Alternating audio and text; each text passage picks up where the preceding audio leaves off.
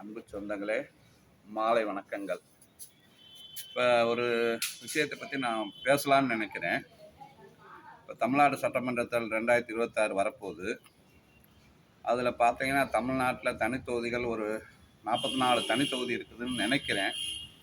அந்த தனித்தொகுதிகளில் வேட்பாளராக நிற்கிறவங்க இந்து மதத்தை சேர்ந்த தாழ்த்தப்பட்டவர்களாக இருக்கணுங்கிறத, இந்து, சீக்கியம், பௌத்தம் இந்த 3 மதத்தை சேர்ந்த தாழ்த்தப்பட்டவர்கள் தான் தனித்தொகுதியில் நிற்கணும்னு நம்ம அரசியல் சட்டம் சொல்லுது, நான் சொல்லலை.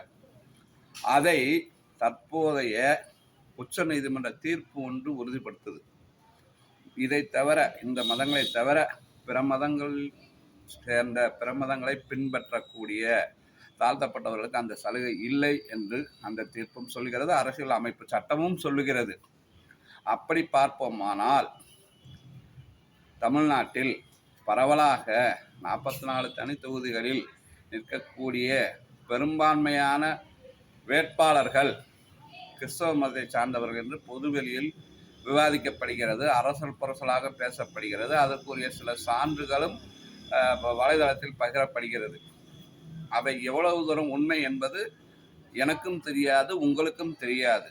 ஆகவே தற்போதைய உச்ச நீதிமன்றமோ உயர் நீதிமன்றமோ இதற்கு ஒரு விசாரணை கமிஷன் நியமித்து இந்த தனித்தொகுதி நிற்கக்கூடிய வேட்பாளர்களின் ஜாதி சான்றிதழின் உண்மைத்தன்மை பறித்து விசாரித்து, ஒருவேளை அந்த ஜாதி சான்றிதழ் தவறாக இருப்பின் அதை அந்த ஜாதி சான்றிதழை ரத்து செய்து அதை வழங்கிய அதிகாரி மீது நடவடிக்கை எடுக்க வேண்டும் என்று நான் கருதுகிறேன்.